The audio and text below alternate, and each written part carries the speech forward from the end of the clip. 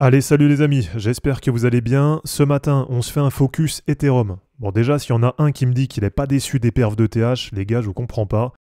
Ethereum, c'est le grand perdant du cycle. En tout cas, perso, je suis hyper déçu des perfs d'Ethereum sur 2023, 2024. Et pour l'instant, encore pire sur début 2025, avec cette cassure baissière du canal ascendant. Donc pour ce matin, on va se faire un point rapide sur Ethereum, on va regarder 2-3 charts ensemble, et on va voir un peu ce qu'on peut en attendre pour la suite. Allez, comme d'habitude, avant de commencer cette vidéo, si ce n'est pas encore fait, pensez à vous abonner, mais pensez aussi à liker et à commenter cette vidéo pour soutenir la chaîne.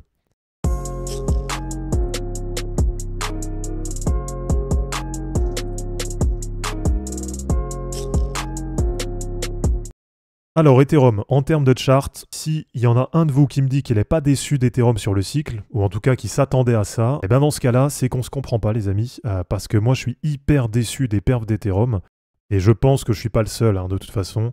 Souvenez-vous, sur 2020-2021, ça parlait notamment du fameux potentiel flippening Ethereum Bitcoin, et c'est quelque chose qui paraissait assez possible, où à l'époque on se disait, voilà, peut-être qu'Ethereum sur sa belle dynamique, avec sa mise à jour qui va arriver, eh bien peut-être que ça va lui permettre d'aller doubler Bitcoin et de devenir la plus grosse crypto du marché. Et alors depuis la mise à jour, un peu contre toute attente, c'est à partir de là vraiment que c'est parti en vrille sur Ethereum.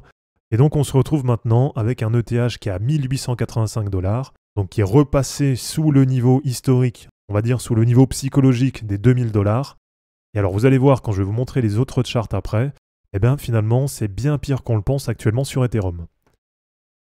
Alors pour commencer, déjà une potentielle bonne nouvelle qui va prochainement arriver. C'est la mise à jour Pectra qui est activée sur le testnet Sepolia. Donc pour le moment, c'est pas encore mis en place sur le mainnet. Et donc cette mise à jour, sans trop rentrer dans les détails, mais elle va avoir vocation à améliorer la scalabilité du réseau Ethereum. Donc déjà ce qui est positif, c'est qu'au moins les équipes d'Ethereum, ils se sont rendus compte qu'il y avait un problème niveau scalabilité.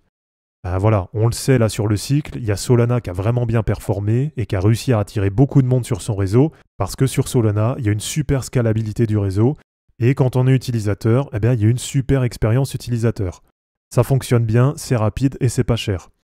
Donc après, qu'on aime ou pas Solana, qu'on investisse ou pas sur le token, mais en tout cas en termes d'expérience utilisateur, aujourd'hui Solana, c'est très largement au-dessus d'Ethereum.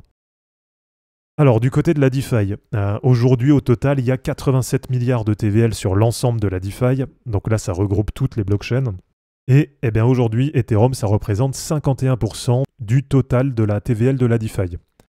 Donc là on voit bien qu'Ethereum c'est toujours très largement leader, mais on voit quand même qu'au fil du temps ça a tendance à bien diminuer.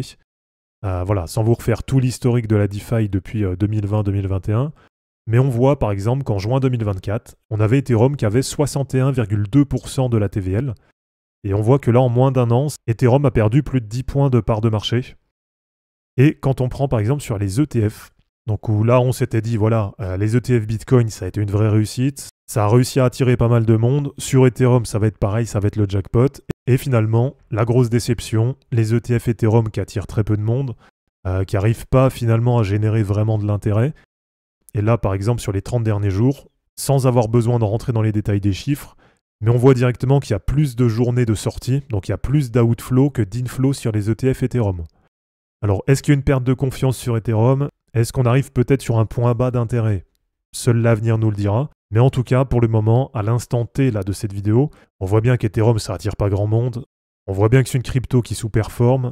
Voilà, c'est une crypto qui est très largement baissière par rapport à Bitcoin. Là, je vous ai mis du coup le graphe ETH-BTC avec un Ethereum qui continue d'enfoncer des points bas, donc qui continue sa perte de vitesse et sa perte de dominance par rapport à Bitcoin, et qui est maintenant de retour sur les mêmes niveaux qu'on avait à peu près en avril-mai 2020. Donc là, en gros, c'est retour en arrière de 5 ans sur la paire ETH-BTC. Alors là, la perte de vitesse, elle est très clairement visible. Point, on va dire, positif, c'est qu'on peut se dire qu'on arrive enfin sur des points bas en termes de RSI. Donc on arrive déjà dans la zone de survente, ça c'est la première chose.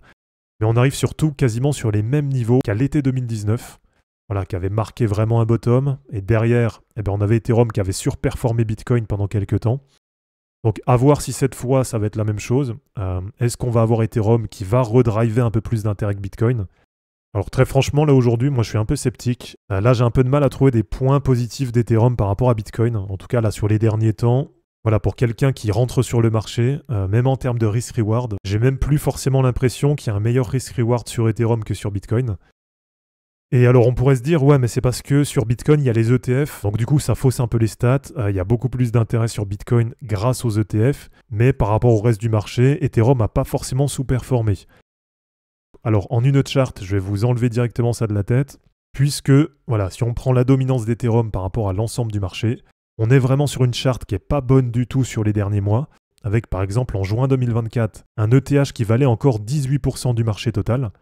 Et donc en quoi? En à peine 9 mois, eh bien on a Ethereum qui a perdu 10 points de part de marché par rapport à l'ensemble du marché crypto. Donc là directement, on voit que cette sous-performance d'Ethereum, elle n'est pas uniquement face à Bitcoin, elle n'est pas non plus uniquement face à Solana. Voilà, là on voit bien qu'Ethereum ça sous-performe quasiment l'ensemble du marché. Et ben, le problème c'est que tant qu'Ethereum n'arrive pas à remonter, eh bien on a toujours du coup cette dominance de Bitcoin qui continue à monter. Et j'ai envie de vous dire, c'est un peu le serpent qui se mord la queue. Puisqu'en fait là on se dit, tant que Bitcoin y reste fort, quel intérêt j'ai à aller investir sur Ethereum? Et sauf qu'Ethereum, malgré tout, même si ça a bien baissé, mais ça reste toujours aujourd'hui la deuxième plus grosse crypto du marché. Et donc forcément, pour pouvoir renverser cette Bitcoin dominance, donc pour avoir les altcoins qui surperforment Bitcoin, eh bien le marché aura besoin d'Ethereum. Donc il va falloir qu'il y ait des bonnes perfs de la part d'Ethereum pour aider à renverser la Bitcoin dominance et pour peut-être lancer, en tout cas permettre d'avoir un vrai démarrage de cette fameuse période de all season qu'on attend tous. Donc voilà, pour l'instant, les perfs d'Ethereum, on le voit, elles sont pas bonnes du tout. Mais le pire dans tout ça, c'est que du coup, ça pénalise un peu l'ensemble des altcoins. Et ça empêche sûrement l'arrivée du retail. Donc voilà, c'est vrai que là, ça impacte quand même pas mal de choses. Donc à voir un peu comment ça va évoluer. À voir si peut-être cette mise à jour Pectra, elle va aider au moins à relancer un petit peu d'intérêt sur Ethereum. Même si, très franchement, je suis de plus en plus sceptique par rapport à Ethereum. Et comme je l'ai déjà partagé plusieurs fois, là, j'envisage toujours... Voilà, je ne l'ai toujours pas fait, mais pourquoi pas de convertir une partie de mes ETH en Solana. Parce qu'aujourd'hui, Ethereum, malgré tout, c'est toujours ma troisième plus grosse ligne. Donc avec aujourd'hui Bitcoin en première position, Kaspa en deuxième position, Ethereum en troisième. Et donc le fait d'être bloqué sur Ethereum, ça mine un peu quand même la performance totale du wallet.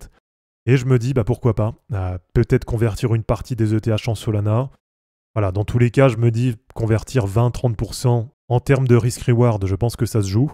Et donc pour terminer, la charte d'ETH, vous la connaissez, je vous la montre assez souvent, avec un Ethereum qui a breaké par le bas il y a quelques semaines son canal ascendant. Et donc pour le moment, tant qu'il n'y a pas de réintégration du canal, il y a toujours cet objectif qui est bien activé et qui se situe à 1550 $ sur Ethereum. Donc voilà pour ce point sur Ethereum, dites-moi un petit peu ce que vous en pensez.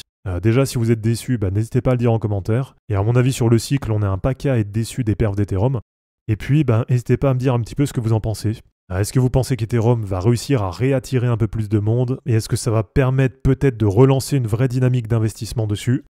Ou est-ce qu'au contraire, vous pensez que c'est mort sur Ethereum? Est-ce que vous pensez que c'est une crypto qui va continuer à perdre de la dominance et des parts sur le marché crypto? Donc voilà, n'hésitez pas à me partager un peu votre avis en commentaire. En tout cas, j'espère que cette vidéo elle vous aura plu. Comme d'habitude, pensez à vous abonner, à liker et à commenter cette vidéo pour soutenir la chaîne.